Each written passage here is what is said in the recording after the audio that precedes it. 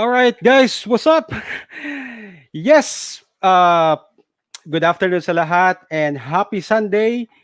At first and foremost, pasensya, medyo na late talaga tayo ng around 30 minutes kasi nagkaroon tayo ng problema sa audio ng ating guest speaker. So ayun, inayos pa natin. But I hope you guys are still tuning in. Please share this video, this episode of the Freedive Talk Pilipinas. Episode 5 na po tayo. And again, this is today is Sunday and malamig sa labas kasi umuulan po dito sa Davao City. I hope dyan sa inyo is okay rin. And also, sana habang nasa quarantine, nasa ano na ba tayo? GCQ? Ang iba is MGCQ na. I hope nasa magandang condition kayo, yung health ninyo. And ayun, please stay tuned on this live stream that we had, the Freedive Talk Pilipinas. Episode 5 na po tayo. And maraming salamat sa lahat na tumutok on the past episodes, the 4 episodes that we had. And thank you very much for liking, sharing, and subscribing to our FB page and also to our YouTube channel. Maraming salamat sa inyo. All right. So hindi na natin papatagalin pa. Alam ko kanina pa kayo nag-iintay, 30 minutes. Pasensya talaga. Sorry talaga. And right now, ladies and gentlemen, yung guest speaker natin, alam ko maraming nag-aabang, most especially sa mga students niya, na mga tinuturuan niya ng swimming. Also, his mga freediver friends from Dive Tabay, Davao, and the other communities in freediving. And mga relatives niya, mga kasama niya sa buhay. And then, at pinaka-importante sa lahat, yung the Philippine Coast Guard. Kasi yung ating guest speaker is isang opisyal ng Philippine Coast Guard. Alright? Ito, he's a good friend of mine kasi magkasama kami dati sa, before siya pumasok sa Coast Guard, magkasama kami sa isang school. Siya yung nagtitrain ng mga varsity namin para sa swimming. Ladies and gentlemen, di ko na papatagalin pa. Kasi kanina pa kayo nag-iintay, walang iba. Ang ano ba? Ang Derek Ramsey ng Philippine Coast Guard. Palakpakan natin. Coach Vasit Venturillo. Yeah. Coach. Hello? Mic check. Hello everyone. Hello everyone. Ayun. Ayan. All right. Coach, assalamualaikum. Kumusta ka na? Okay lang, yeah. Sir. Okay lang. Oo, medyo pasensya, nagka-trouble yung ating audio, no? Salamat. Pero, yeah. Pero, na-surprise pa rin ko, ang dami pa rin nanonood. Coach, meron tayong 45,000 na viewers ngayon. And, yeah. Sige, anyway, Coach, please introduce yourself. Maybe you can greet and then share your story. I'll give the floor to you now. Take it away, Coach. Okay. Good afternoon, everyone. My name is Coach Vasit Venturillo. Vasit Abdurasid Venturillo. I am from Davao City. I've been coaching since 2003. I was able to represent the country in some international swimming competitions such as BIMP, Yaga, and Arafura Games in Australia. I am also I've been coaching triathlon, specializing in swimming, open water swimming. I love open water swimming, and I am also the head coach of the Barracuda swimming team. I've been a member of the Tapang at Malasakit triathlon team. I'm a member also of the Dive Tabay Davao core member. Mga dating matatagal ng member ng Dive Tabay Davao, and also I am a member of the Tosug tribe. Good afternoon, everyone. Yes, thank you for that very brief introduction, Coach Basit. Coach, okay ba yung audio ko? Okay ba yung audio ko? Medyo Yes, sir. okay lang. Yes, Oh, sir. good. Sige, Coach. Alam ko, medyo busy ka na ngayon kasi nasa, ano na tayo, nasa government ka na, nasa Philippine Coast Guard ka na. Congratulations. Talagang Thank you, sir. so proud kami sa iyo. Alam nyo guys, parang almost 1 year or no, parang hindi namin nakita si Coach Basit talaga. Bigla na lang siyang nawala, hindi na siya nakasama sa amin mag-dive. At ayun pala, nag-training na pala siya sa Coast Guard. And sir, saludo sa iyo. Congratulations sa iyo, Coach. Yeah. Okay. Thank you, sir. Sige, Thank you, Coach. sir. Before pupunta tayo sa mga in-depth na question, Coach, tanong ko lang sa iyo, how was your quarantine or sa GCQ dahil sa COVID? Kumusta naman? Ano yung mga parang realization mo these days dahil sa COVID? Madami. As a coach, I realized that swimming is very important. At the moment na-experience natin ngayon yung COVID, most of the people who were infected or were victim of this virus were those people who are weak ang lungs. So there has been a study of people, or mostly of those people who were infected, weak ang lungs nila. So that is why in the new normal that we're going to have, I think it is essential for everybody to learn how to swim. And because knowing in this pandemic, the only weapon that we can have is to have a strong immune system, lung capacity. So I think it's about time people should realize that this is not just about having fun. This is also a very important skill that everybody should do at the moment. Okay, thank you for that, Coach. No, ayun, meron na tayong nakuhang tip kay Coach kasi yun na nga, yung COVID virus inaatake talaga yung ating respiratory system. So kapag ikaw ay atleta or kahit na simpleng ano lang, if you are indulged into any sports, kapag ka nagkasakit ka ng ganito, ay talagang mahihirapan ka or most likely it would really cause trouble, no? So, Yes, ang pinaka-importante ngayon is we need to stay healthy, be cautious sa paligid natin. Hindi tayo basta-bastang lalabas kung hindi importante para hindi tayo magkasakit. Ako, honestly speaking, medyo inuubong ako ngayon, pero I don't know. I really don't know. Pero somehow, okay lang naman. Okay, Coach. Sige, Coach. Paano ba nag-start si Coach Vasit sa swimming and then sa freediving?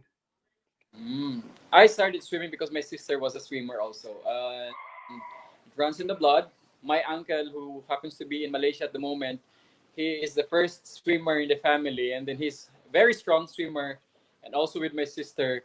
And then eventually, napasa sa akin yung ano, and then with the help, actually my career as a swimmer was a collective effort of those people who believe that sports is indeed very important to change one's life.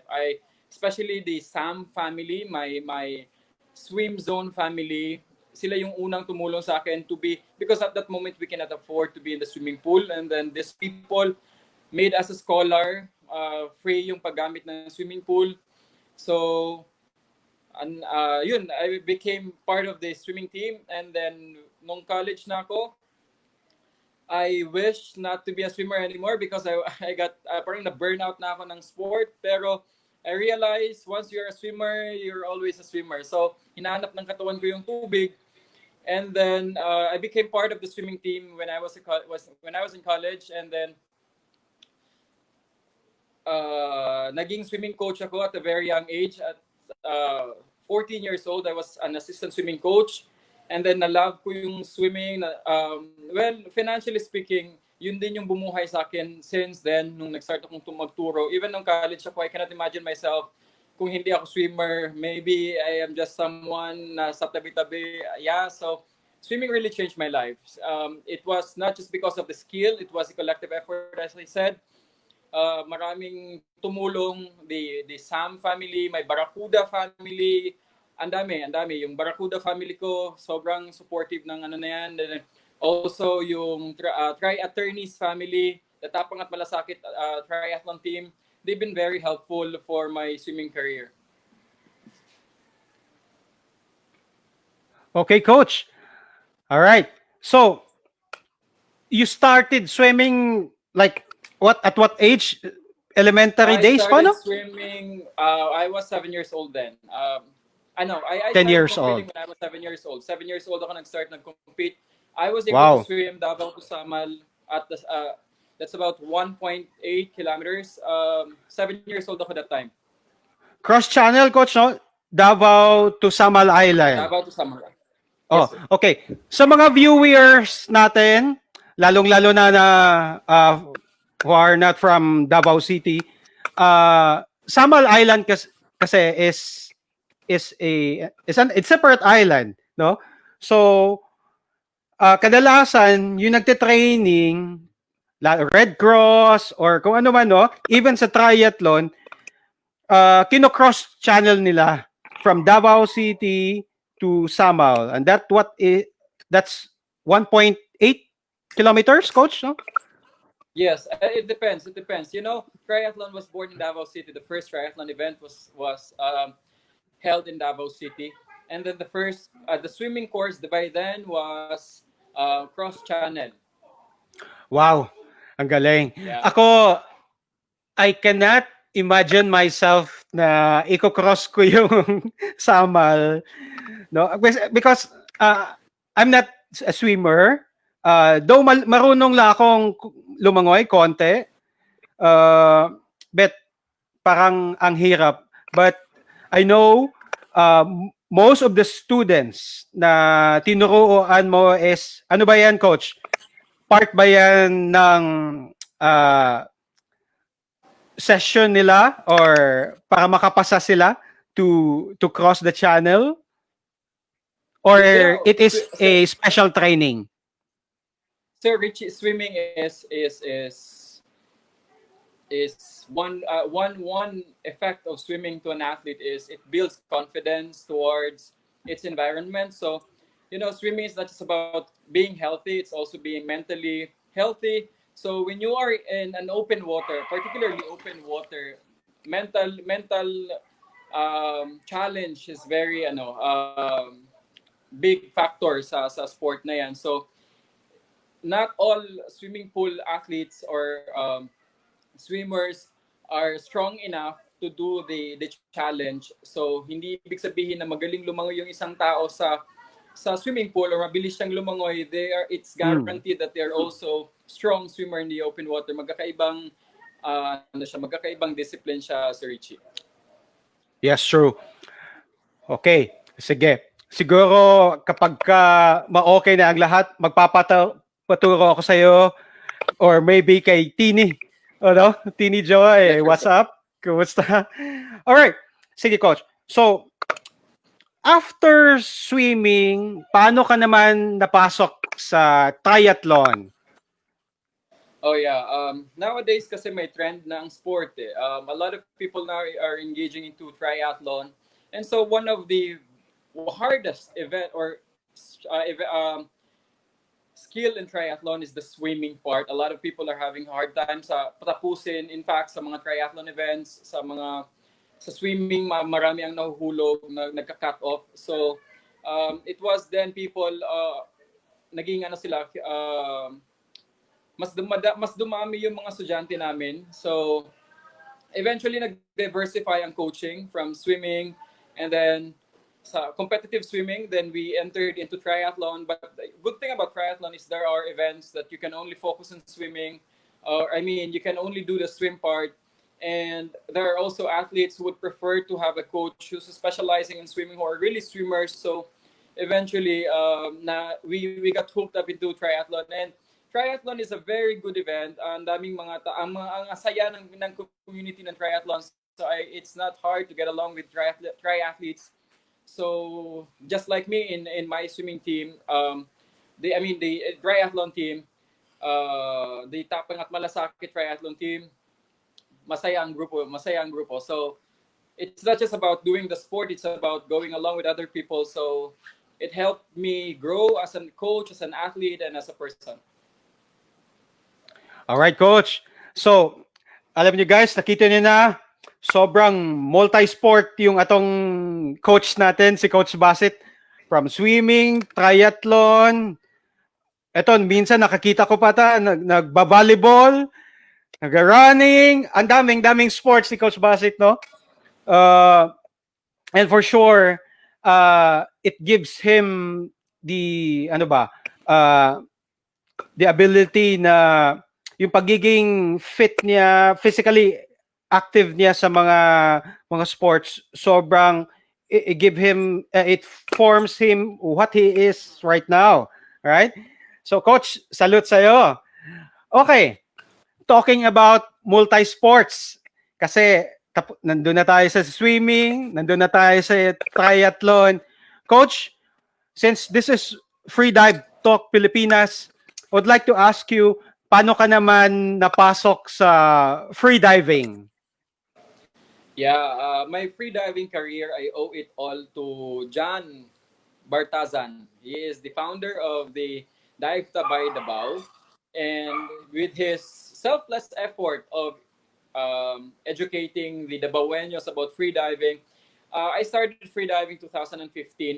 In my case, kasi I can say that I was born to be a freediver because I was doing freediving before I knew it was freediving.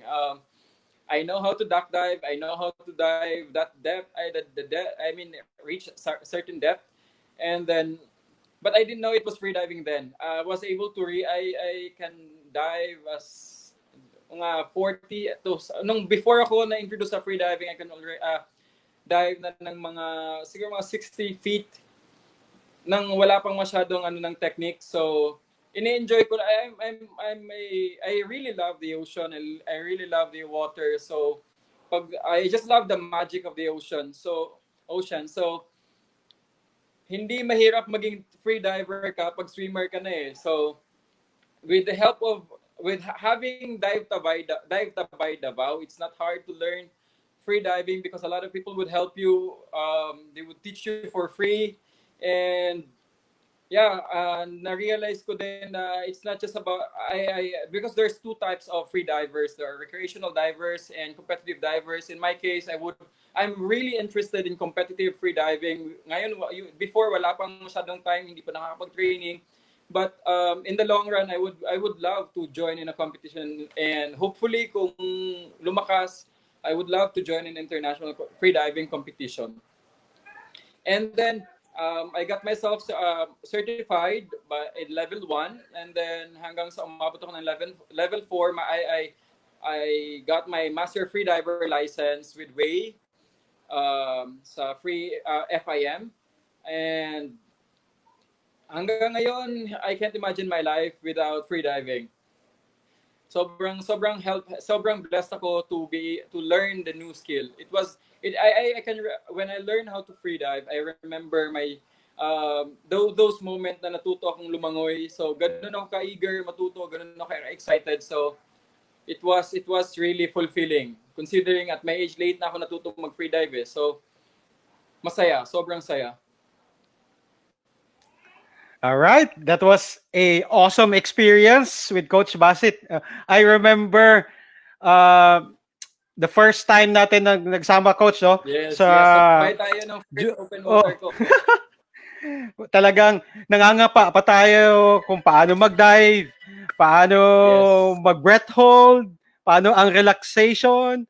Talagang, kasi, by the way, guys, sabi ko nga back in the previous episodes, we started Dive by mid of 2014, and then during that time, sobrang konti pa lang. Like, masaya na kami kung merong 10 or 5, 'di ba, Coach? Oh? Tapos walang nagtuturo, Yes, but yes. Konti pa lang tayo that time eh. yeah, YouTube University lang, YouTube lang muna. But Yeah, sa'yo, yeah. Coach, since we're talking about umabot ka na sa AIDA 4 star ngayon, AIDA 4, level 4. What do you think, ano ang perception mo about freediving education? Gaano ba siya ka-importante? Well, it's very important. Important in the sense that there are so many things na hindi mo pa alam. Freediving is a very risky. It's an extreme sport. It's a extreme sport, but adrenaline is your enemy. I hope you understand, guys, because it is a sport na kailangan hindi ka magpanic, but yeah, adrenaline rush is your number one enemy. So when you engage yourself in freediving, ang daming risk from swimming pool, ang daming even top freedivers in the world, they are not even confident kasi they acknowledge the risk of the sport, and it's very important to get yourself education about freediving, because you'll never know. Sino ba tayo compared sa dagat, di ba? You should never, you can never tell. I can always remember when I had a seminar with Fernando Pocenti. Fernando Pocenti, by the way, is the number one open water swimming coach in the world. We had a talk with him last 2018 in Cebu. It's an open water swimming clinic, and I was amazed with how humble he was. Pag dagat ang pinag-uusapan, kahit ganun na, he's the number one swimming coach, and yung skills ang level of skills nila in terms of the water, sobrang taas na. They're top of the sport, and then hindi sila naging kailanman kampante sa dagat. So the same principle with mine. I'd never been that confident in the water. Kahit sabihin na natin na may matagal na kaming na-engage sa dagat. So you should always keep yourself educated of how yung mga bagong techniques, the protocols. You should always get yourself updated para at least sa safety. Number one, safety. It's not just about getting yourself into what's the fad. It's about safety. I think that's number one reason why we need to get ourselves educated about the freediving. Because as I said, Sir Richie, I was doing freediving before I knew it was freediving. I have a lot of friends who've been teaching me how to do it, but it's different. It's different. Kumbaga, it's the same concept as everybody wants to be a lawyer, but you should always get yourself educated you should get yourself a license for you to be qualified or certified in that profession or in that field. So the same goes with freediving.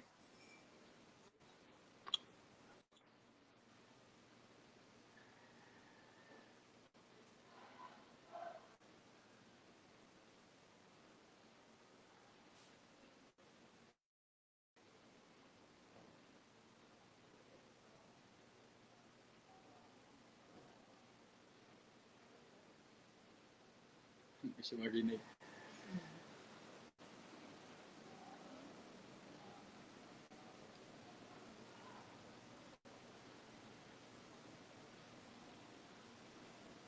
Kamute? Hello? Yeah. Okay, sorry. Yes. Guys, ulitin ko. Yun nga sabi namin in the previous episodes that we had, yung mga guests natin na freediving instructors, they really encourage people who wanted to indulge in freediving to get a proper education. Siguro, Yes. pwede kang mag-try lang muna, but as much as possible, there must be someone who will guide you or be your buddy. Siya yung magiging Yes. safety Yes. buddy mo. Kasi you'll never know kung anong mangyayari sa'yo kapag ka magdadive ka sa ilalim. Right? So, Yes. proper job. Kung wala pa namang funds for the education, you can watch videos in YouTube, so ganon. But mentorship, iba pa rin. Yung talagang may magtuturo sa iyo in person. Tama ba, Coach? Yes. It's quite Yes. alarming, Sir Richie, no? It's quite Mm. alarming. Recently, ang dami, may free diver or spear fisher na naman na namatay. I think it's about time. Ganun na lang eh.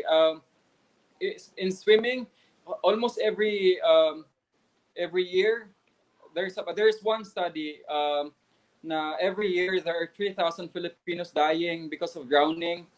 And then iba pa yung aspect ng freediving sa these people are highly experienced in terms of exposure nila sa dagat, ng iba mga magagaling na mga spear fishers, and yet pag naanuhan talaga ng disgrasya, sila yung sobrang sila yung nadidisgrasya, I mean.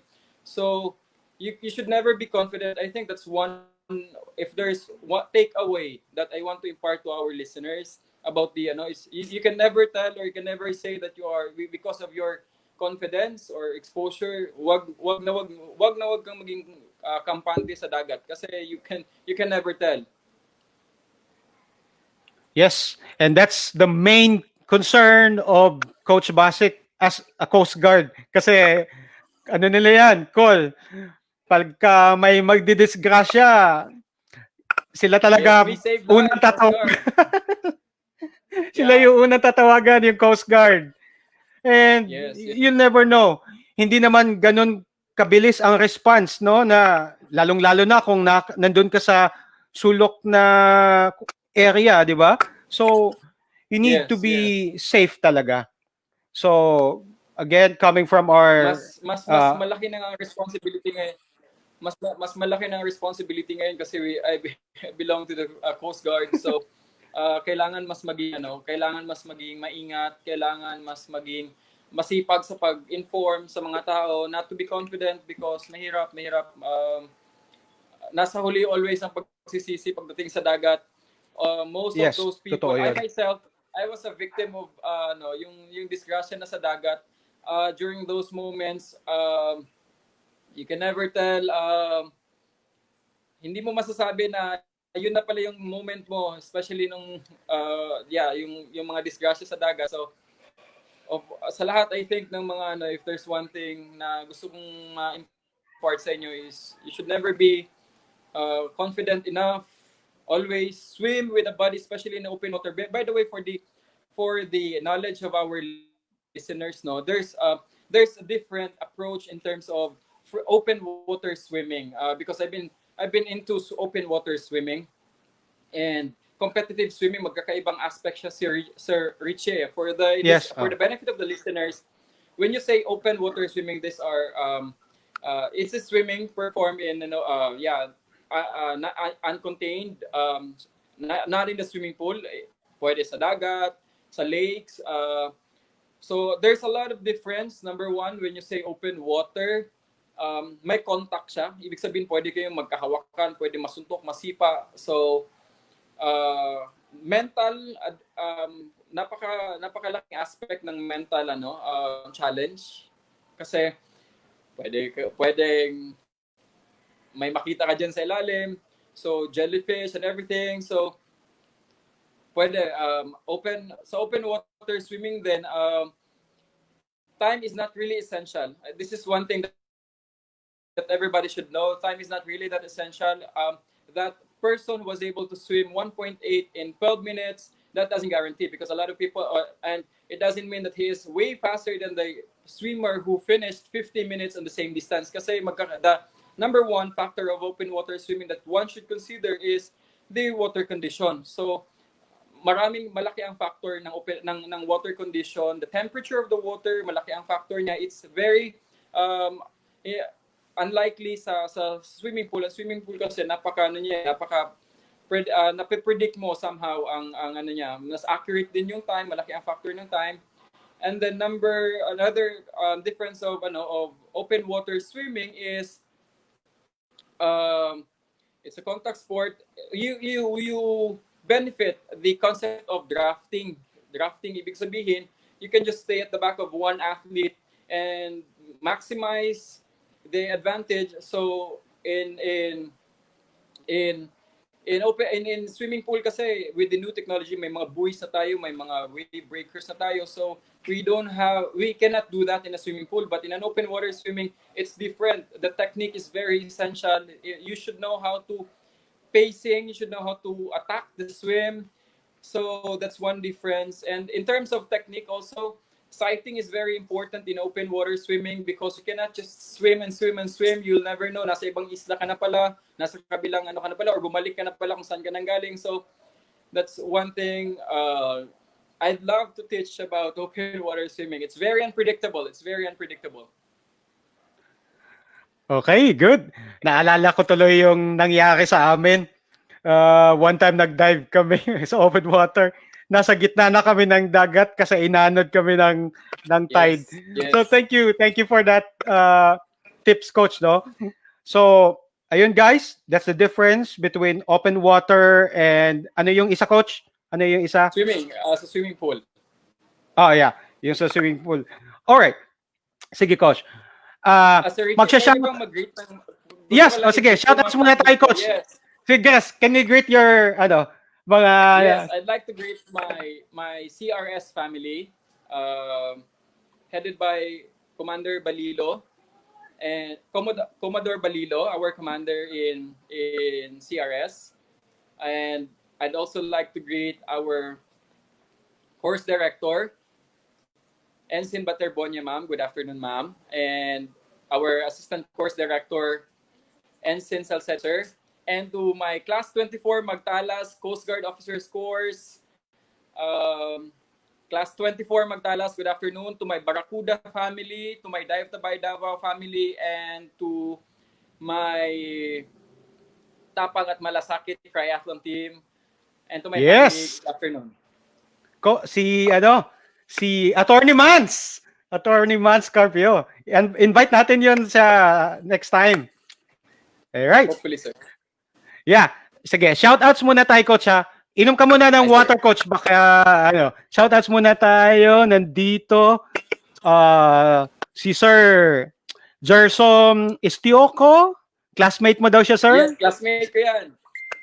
Ma'am Verlin Gulisan. Ay, daughter ni Imam. Yeah. Yes. Nandito si Hannah Sally, Cheska Castillo, si Marichu de la Torre. Swimmers ko. Yeah. Like also my relatives from Malaysia. Good afternoon. Wow. Assalamualaikum. Yes. Si Pen SJ. We have also Shaya Cruzel Emiya. Ang dami ng mga naka-tune in, coach. Si Mini. Also we have si Mandaragat, Dang Abdullah, Baste Legaspina, Sir Yes, Romel. pinakagaling na swimmer na that's Attorney Baste Legaspina, Attorney Carl Salcedo, Attorney Hill Ciudadano. They are my teammates in Tri Attorneys. Good afternoon. Wow, I love that. Strong swimmers. Si Attorney Carl Salcedo, napakalakas niyan. Sila yung sumali din sa Ironman, coach, no? Yes, Ironman? Yes. Yeah, wow. Galing. Yes, sir. Also, shout outs sa ating, eto, coach, na-miss natin to, Mr. Romel Rube, na nasa Ireland. Yes. Ayun. Ireland. Kung saan ka man ngayon, who's watching from England. Yeah, kung saan ka man ngayon, Uncle Romel, dyan ka na lang. Okay. We have Jan Bartazan, Rawi June, Cheska Castillo, Tini Joy. Ang dami. Anyway, guys, mamaya, shoutouts ulit tayo. Coach, eto, question tayo. We have one question from Sir Jan Bartazan. Eto, Oh, Idol. Yes, Hi, sir. Yes, Coach. for that, sir. Congrats on your new position sa Coast Guard. If I may Thank you, ask, sir. what was your most challenging in terms of training?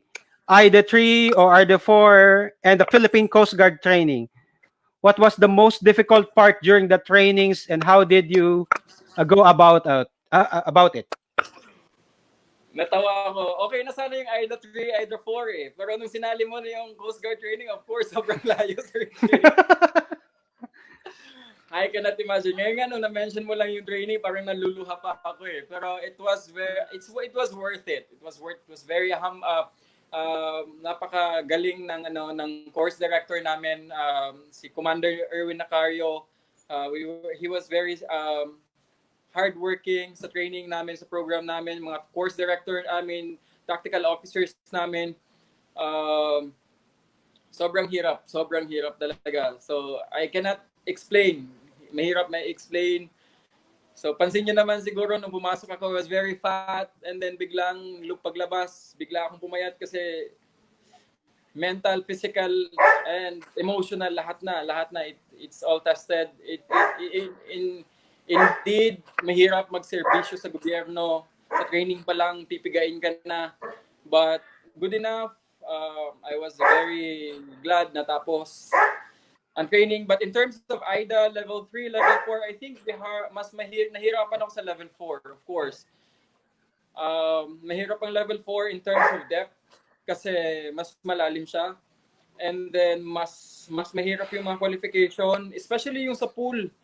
Nahirap. It took me 2 days, I think, to cross that, to accomplish yung pinapagawa sa akin ni Wei. Buti na lang masipag si Wei magturo. So, na-accomplish ko. Sayang nga, I'm even thinking of getting the instructor course. I hope makuha ko siya maybe early next year or late this year kung may time na for an instructor course.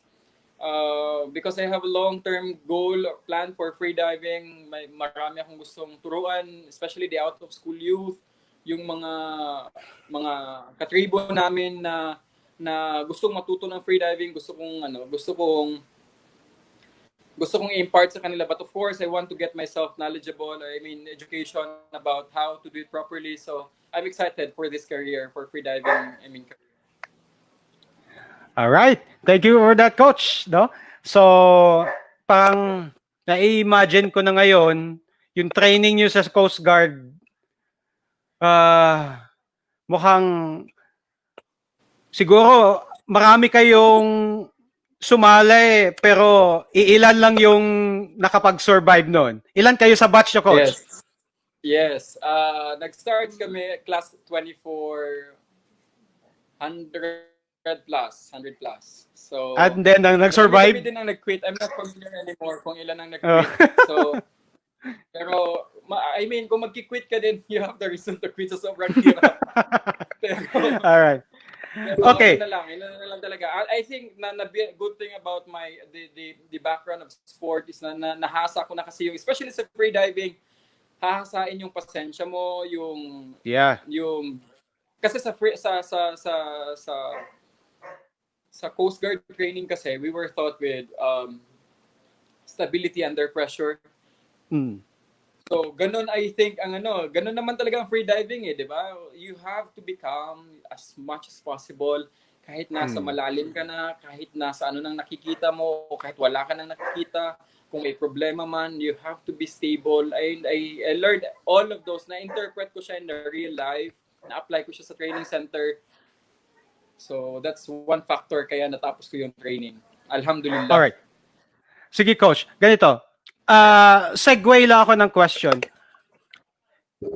Having the skill of swimming and freediving, when you join the Coast Guard, malaki ba yung factor na meron kang skill na yon? Ay, oo. Number one. I think sa Coast Guard kasi application, malaking factor yung may skills ka. So when I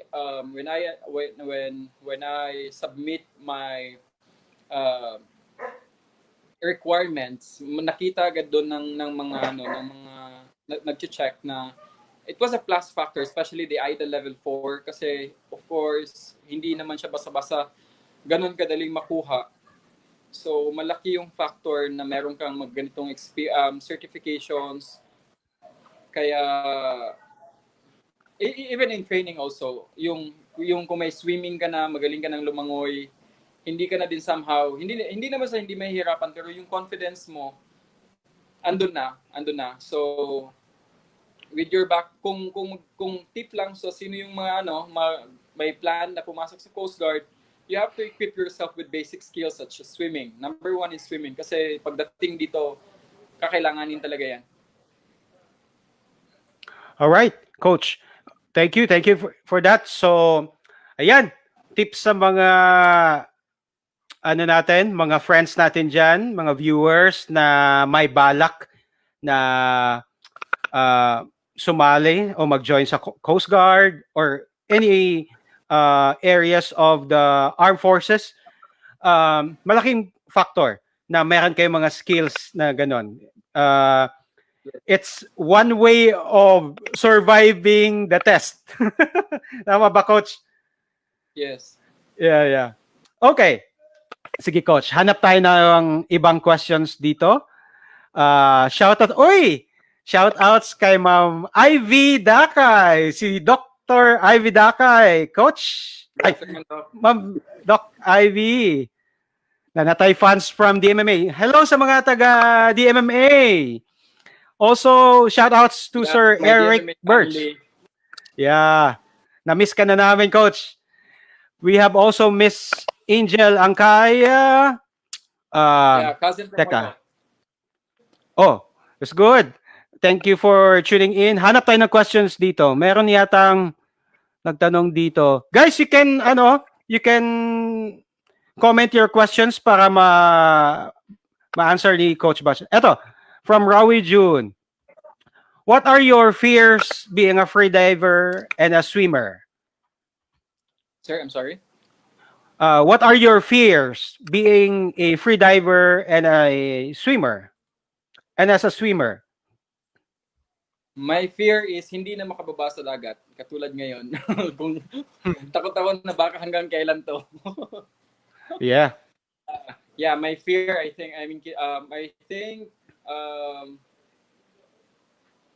madami akong fear in terms of I'd never been that confident pagdating sa dagat. I always respect the ocean as much as anong pwedeng mangyari. Kaya nga sa swimming team ko, sa Barracuda family, sa Triathlonist family, I've always been sabihin na nating away ako pagdating sa dagat kasi ayokong maging confident talaga. So I always tell my swimmers I think as a coach, I think my greatest fear is by ma-accident yung mga swimmer ko sa dagat. Hindi na sa sarili ko, para sa mga swimmers ko, kaya I always educate them. I always equip myself. Even, alam mo, pag nag-freedive kasi ako si Richie, lagi kong iniisip na, what if nag-open water ako, I have one swimmer na nagka-problema. If I am a freediver, I can easily help them, or at least Yes, totoo yun. That skill. Isa yun sa naging motivation ko, Sir Richie, pag na naging freediver ako. So, I think yung fear na yun, para sa sarili ko, wala naman yun lang. I always get myself prepared pagdating sa dagat So, yung siguro for my students, I'm afraid that they might be ma-aksidente. Takot ako. I think as a coach, ganun ang yun ang pinaka natatakot ako. All right. I also remember Sir Vasit, no? And thank you for giving us the opportunity. For 2 years in the Ironman event, yung Dive Tabay Davao po is one of the member of the safety team, no? So safety diving team. And we really had parang good comments from all the athletes kasi the first time nag-Ironman dito sa Davao, they never expected na sobrang dami yung safety team. Nandyan yung Navy, yes. nandyan yung Coast Guard, nandyan yung Army, mga local scuba divers natin nandun din. And yun, surprise sila na may mga free divers na sumali as a safety team. And thank you to Coach Vasit for that, no? Safety as ang pinaka-importante doon on that event, or kahit anong water Yes. events. Oh. Sa lahat, Okay. I think, Yes, Coach. pagdating sa dagat, wag maging confident. You can never tell, like for example, in an open water sa Davao to Samal, a lot of people are telling na because nakakross na kami sa Davao to Samal for 5 times, for 10 times. They are confident na makakross na sila. Hindi nyo pwedeng sabihin yan kasi nagbabago ang kondisyon ng dagat. So wag maging confident. Always keep yourself safe. Lumangoy na may kasama. Actually, that's one concept with open water and free diving. You should always dive with a competent na kasama. So, as I said, safety. Always. Kailangan maging priority ang safety. Sige, thank you for that, Coach. Meron tayong isang question from Julie Lapas. I think she's referring. Swim parent. Hi. Yeah, here. Hi sa Triathlon pala. Shout out ko lang yung Tri-Peace family. Wow. Yung mga athletes ko na mga maliliit. Mga kids. Hindi ko na maisa-isa pero mahal ko kayo. Coach Vasit, miss you a lot. Sila yung pangtanggal ko ng stress ng mga estudyante. Kung nasa stress ako sa mga adult, sila naman yung pantanggal ko ng stress. Also, ito, Coach, ito yung question ni Ma'am. How soon can Olivia go swimming na, Coach? Kasi she turned 3. Olivia, kasi for parents who wants to enroll their kids in a swimming class, I suggest kung mas madali na sa kanila makaintindi ng instruction, I think that's about time to enroll them in a swimming class. Though there are kids na ini-enroll for a swimming class like infant, but in my case, I don't really encourage kasi mas mataas ang risk na magkasakit sila. Number 1, mas mababa ang immune system ng mga batang yan or ganyan na stage. So, mas madali sila magkasipon. So, I don't really encourage. I would probably just tell them to let the kids and enjoy the water. Kasi yun ang pinaka-first stage ng swimming. Let them enjoy the water. Do not terrorize the kids in terms of swimming. Do not tell them you need to swim because you need to compete. And no, it should not be like that. You should always teach first the kids to love the water. And if they do, competitive swimming is very easy. And Olivia, of course, I will teach you. As to when, let's find out. That's good. Kasi 3 years old na siya. So, maybe after COVID, kung matapos kasi yung na to. kuya niya, Sir Richie, tinuruan ko yung kuya niya ng, I think, turning 3 years old. That's tinuruan good. ko na yung niya. Sobrang bata pa, no?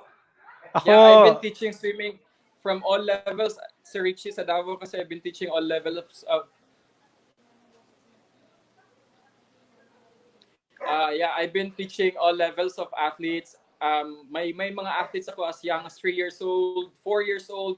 In fact, the youngest kid who was able to cross Davao to Sal was my athlete, Mark Duga, Angelo De Vera. Madami yung mga batang yan as young as 5 or 7 years old, they were able to cross Davao to Samal. And then, meron din akong old na as old as 90 plus years old. I seryoso? have athletes who yes, I have 94 years old before, and now I am handling mga senior citizens na mga athletes. Shout out kay Dr. Ning Kalma, yung mga hello. Mga students yan, Doc Ning, at saka si former Consulate of Japan, si Ma'am Tomoko Dodo, naging swimmer ko din yan. She's 64 years old. But now they're still very strong. They're still very strong athletes. I miss you guys. Wow. Sobra. Ayan. Ay, Coach, by the way, nasa Davao ka na ngayon? Naka-station ka na sa Davao? No, sir. Nasa Manila. Nasa Taguig pa ako, sir. I'm still having my schooling. No, Oh. sir. Yes, sir. Masasabi ko nga, sir, I think this Coast Guard is, I was built to be a Coast Guard. Kasi, kasi ngayon kasi nasa Civil Relations Service Command ako na belong. So it's one of our function is to go enforce or work with the civilians towards the goal of the Coast Guard and have a common relations towards the fulfillment of the function of the Philippine Coast Guard. So I before I was doing it, I remember 2 years ago I went to Marawi to send some reliefs. I went to Boulevard to send some reliefs, and I was lucky enough nung nagkaroon na ng assignment dito ako nalagay, and boom, yun ang gagawin ko pa rin pagdating dito. So, and ang pinaka long-term goal ko talaga si Richie, being a part of this is to be able to impart knowledge, especially sa mga out-of-school youth, sa mga kasi I myself, si Richie, is a product of swimming. Alam ko kung paano mababago ang swimming, paano babaguhin ng swimming ang career ng isang tao, ang buhay ng isang tao, how the sport turned me into what I am and what we are right now kasama yung mga teammates ko, so that I want to pass on, kasi yun ang tinuro sa akin ng mga parents, especially my Sam family, yung Swim Zone family, may Barracuda family, yun ang lagi nilang sinasabi sa akin to pass it on. So yun ang pinaka long-term goal ko talaga, Sir Richie, as being a uniform service. Wow. Sigurado ako, marami nang umiiyak ngayon sa statement mo, sa sinabi mo. Mga students, yung mga friends natin. We really miss you here, no? Especially yung mga students mo. Sobrang nag-iintay, kailan ba babalik si Coach Vasit? Yeah, ang dami nang na-miss ni Coach Vasit ng mga students dito. Anyway, Coach, ganito. Another question, whether it's in swimming or freediving or triathlon, no? Ayaw lang kayo ng personal call, ha? Dili. No. Dili kayo ko. Wala chicks dito. Ay ko. Ganito, sir. Ano yung preparation mo? Like, maybe, sige, i-categorize natin. Ano yung preparation mo in swimming and ano yung preparation mo for freediving? Okay. Number one, common about this two is the stretching. I guess you need to have a proper stretching, not just stretching, it's a proper stretching. There's a difference. Number two is mental preparations. Because in swimming, especially in open water swimming, it's not just swimming. You will be doing 15 kilometers swim, 8 kilometers swimming, 10 kilometers swimming. So it's not everybody can do that. I mean, if your body is not that built to do that, or if your mind is not set to do that, it'll be very hard. So mental preparation is very essential, and importante na din yung preparation. You need to sleep, you need to train and train. As I said, hindi pwede yung sasali ka tapos mag-aano ka na lang, lalangoy ka na lang. It's not like that. It's not magic. The preparation is the key for these things. Okay. So sa freediving naman, you have malaking factor yung sinabi mo, Coach, yung mental preparation. Kasi sa freediving, it's more on relaxation. Diba kapag mag-freedive ka, dapat relax ka, kumbaga good vibes ka, positive ka. Kasi kung ang dami mong iniisip, ang dami mong parang kung sa Tagalog pa bumabagabag sa isipan mo, that would cause panic. Yeah, that would cause nervous and panic. So dapat talaga mentally prepared, physically, mentally prepared, no? In all aspects, in lahat ng sportsman siguro, 'di ba? Dapat prepared talaga. Okay, Coach, sige. Any tips for viewers natin na gustong matuto mag-swimming and also you wanted to learn freediving? Mga basic tips lang. Yes, for those not so young, always remember it's never too late to learn something new. In this moment that we have, this is a very good realization. No, COVID is a wake up call for everybody to stay healthy, to keep your butt moving, to be mindful of the health is very important. Walang makakatulong sa iyo kundi sarili mo.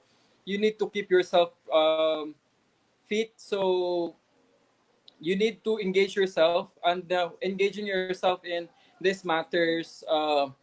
You need to get proper education. Number one, hindi pwedeng ano lang, bara-bara lang. Number two is keep yourself always prioritize safety. Number three is have the proper equipment. Proper equipment.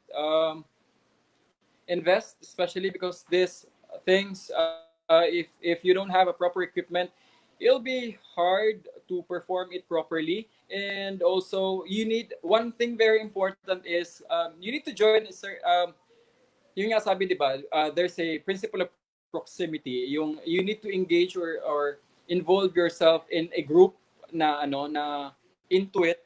For example, if you're into freediving, you need to expose yourself into freediving group. If you're a swimmer, then you need to join some swimming group, swimming team. And in this way, ma-reinforce yung skills mo. Like for example, right now, COVID, you might be thinking, wala kang pwedeng gawin kasi walang dagat and all. Pero once you look at, like for example in swimming, once you look at the group chat ng mga athletes, nakikita mo sila nagla-land drills pa rin. So it non-stop siya. So for example na lang in the Philippine Swimming Incorporated, the PSI family is organizing this Zoom teleconference, video conference wherein tinuturuan yung mga athletes, binibigyan ng tips paano sa exercise and all. So I think having a good group or a very supportive group is the key for the longevity of this sport.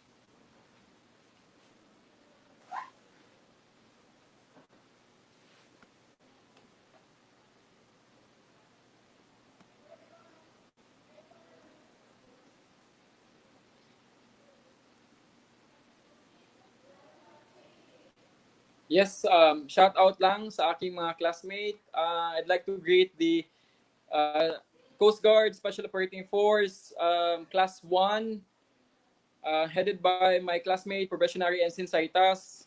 Magandang hapon sa inyo. And my swimmers sa Davao City, my cousins, today Abdurasid and Abdullah family, good afternoon. Assalamualaikum kanyo katan. And to the mermaid group of Davao City, headed by Tini Joy Fernandez, good afternoon. To my family, ang nanay ko nanonood, ang kapatid ko Sarah Jane Haji Julmia Abdurasid, Sarah Jane Gabila, kapatid ko Ismael Venturillo Jr.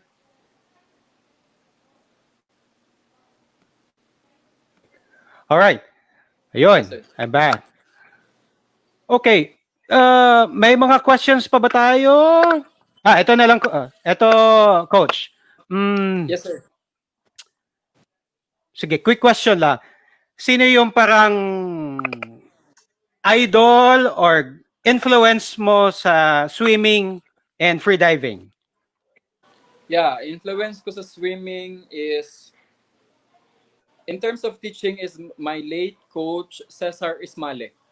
Siya yung heart ko to teach the kids na hindi maka-afford to swim. Nakuha ko sa kanya yon. To my Sam family, sa kanila ko nakuha yan. And in terms of technique, I think nakuha ko, ang pinaka-inspiration ko si Coach Dennis Bichera.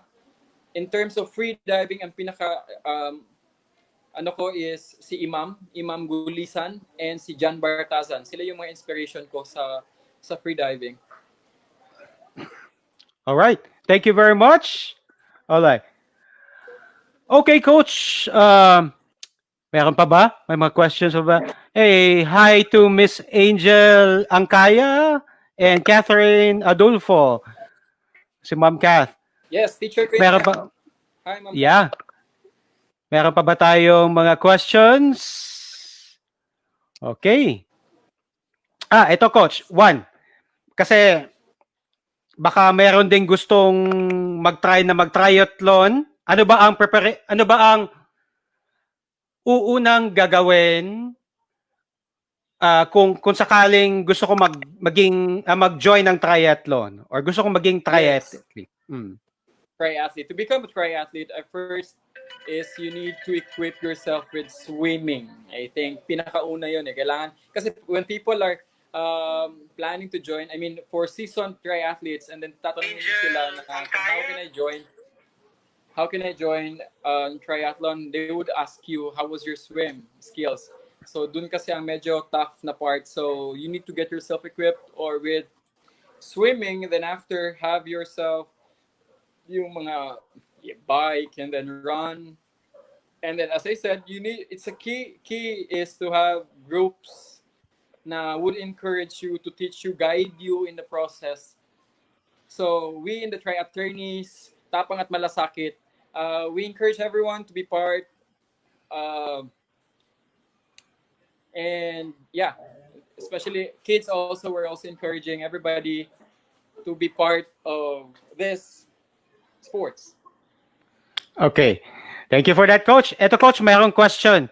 At ito, this is applicable to swimming sa lahat, no? Sa lahat ng sports. Yes, sir. Paano po i-handle pag nag-cramps ang paa? Oh, question from Khalid Abdullah. How do you Khalid. handle cramps? Number one is you need to stretch first, okay? Beforehand. It's very important. That's why it's very important to stretch first. Do stretching before you engage yourself in the exercise. I mean, the workout. And then, if ever na nasa tubig na talaga, ang ginagawa ko kasi pag nagka-cramps ako, ay hindi ko na masyadong ginagalaw ang paa ko. Fineflex ko lang siya. But I'm still moving though. Pero if ever na hindi na talaga kaya, what I am doing is parang nagsusupine position ako. For example, papakita ko, nakaganito. Nakaganito na ako and then hinihila ko lang yung paa ko na naka-submerge siya and then hinihila ko yung paa ko sa tubig para mas ma-flex. Then in that way, nawawala naman yung cramps. So I think isa sa mga technique one should practice, no, na before they engage in swimming, kailangan talaga is hydration kasi malaking factor ng Yes, yung hydration. totoo. Number 2 is yung stretching. Kasi lagi kong sinasabi sa mga, especially yung mga fishermen natin dyan sa Davao City, pag nagda-dive kami along with them, I'm always telling them to hydrate kasi isa yun sa nakakalimutan nila, no? Kasi akala nila hindi sila nade-dehydrate kasi nasa tubig lang naman sila. So, I'm always educating them na para maiwasan yung disgrasya, to bring water, 1 gallon of water, inumin para hindi sila ma-disgrasya sa tubig or mag-cramps para maiwasan. Alright. Thank you for that, coach. I'm sure malaking tulong yon. Lalo-lalo na kay Khalid, isa na nag-question. And here, ito, sobrang ganda ng comment. We're watching with my family at a smart TV. Wow, congrats, sir. Ang laki ng ang lalaki ng mukha namin dun. Nakakahiya. Okay, shout out sa mga DMMA students namin and the Coach Vasit. Yeah. Lahat ng mga ko sa alam ko mahal niyo ako at mahal ko din kayo. Ko na binagsak mo? Ay, wala, sir. Okay. I guess that wraps up our session for this evening, Coach Vasit. Thank you very much. I think ko lang yung mga classmates ko. Yes. Classmates ko sa class CGCRS. Classmates ko, class 24, probationary ensign, Erolin, Probationary Ensign, Basa, Probationary Ensign, Podrido, Probationary Ensign, Kigaw, and to my CRS Class 25, shout out again. Gusto kong magpasalamat sa aking head na pumayag na magpa-interview ako ngayon, Commodore Balilo, sir. Thank you very much, sir. To our course director, Ensign Baterbonia, ma'am. Thank you very much, ma'am. To our assistant course director, Ensign Salcedo, sir. Good afternoon, sir. Thank you very much for allowing me, sir, to have this experience, sir. Maraming salamat, Philippine Coast Guard. Thank you for granting our request na ma-interview namin si Coach Vasit ngayon. Alam ko, he's on duty right now and pinayagan nyo pa rin si Coach Vasit na mag-interview. Thank you very much, Commodore sa Philippine Coast Guard. Ayun, anyway, Vas, before tayo mag-end ng ating episode this evening, any message para sa ating mga kababayan? Let's take it away.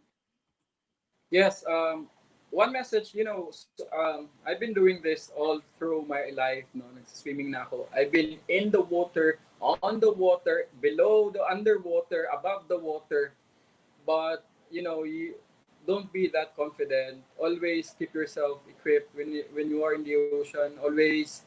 And then always let us help protecting also our environment. Whenever have that attitude na kahit nasa dagat yun, naliligo kayo, pag may nakita kayong mga basura, pulutin nyo and then itapon nyo sa tamang basura, sa tamang lagayan. Have that attitude. And then get yourself equipped with skills and then always ask, always prioritize safety.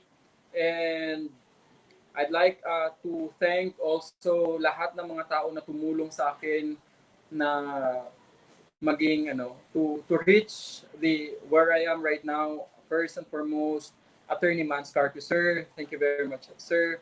Commodore Roy Echeverria, sir, thank you very much, sir. Lahat ng the Sam family of Swim Zone, thank you very much.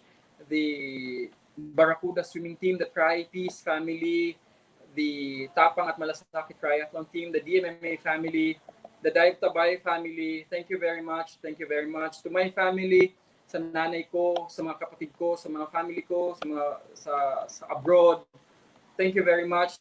To my classmates, class 24, Magtalas, Coast Guard Officers Course, thank you very much for the support.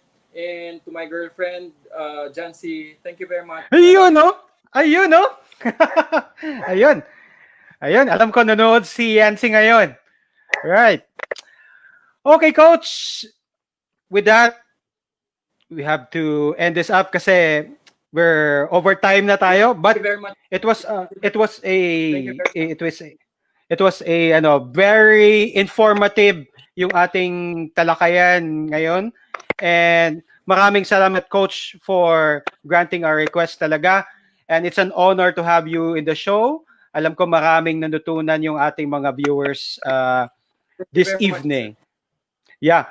And thank you sa mga viewers natin na umabot ng 80,000. 80,000. So, I hope yun sa mga late naman na nag-tune in, you can watch this on replay, and also we will upload this on YouTube channel.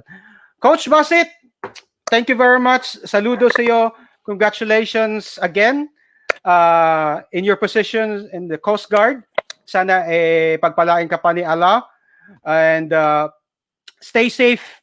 Alam ko you're also one of the frontliners, so ingat kayo, Coach, and God bless us sa inyo dyan. Thank you very much, Coach Vasit. See you soon. More power. Thank you very much. See you soon. Maraming salamat. Thank you. All right, guys. There you have it with Coach Vasit, Venturillo. And it was a very informative na episode. Ang dami nating natutunan from swimming, triathlon, freediving, lahat na, no? So I guess hindi ako nagkamali na siya yung ating naging speaker for this episode. And thank you for tuning in, lahat ng mga viewers natin. And I hope you will share this movement, this platform that I have, the Freedive Talk Pilipinas. For those of you who are interested to learn freediving, no, or at least makakuha kayo ng mga basic tips to start freediving, please, you can watch these videos that ginawa namin. We have 5 episodes now. So you learn from our guest speakers, alam ko. No, so with that, thank you very much, guys. It's been a fun and a productive, informative episode 5 with Coach Vasit Venturillo. And ayun. Sorry nga pala, medyo late talaga tayo nag-start kanina kasi nagkaroon ng problema sa audio. And shout outs sa lahat na nandito. Miss Jing Villacarlos Emiya, Jigs, Lasis, Mother Sith, Sir Irvin Emiya, Miss Dang, Jul. We have Tito Bang of Sawong Freedivers, Miss Catherine Adulfo, Angel and Kaya. Lahat, no? And to all the Dive Tabay, Davao, and Dive Tabay chapters in Cebu, lahat na. And sa lahat ng mga swimmers and mga freedivers and triathletes sa buong Pilipinas, thank you. And please, stay safe kayo. And see you on the next episode. Mabuhay kayong lahat. God bless us all.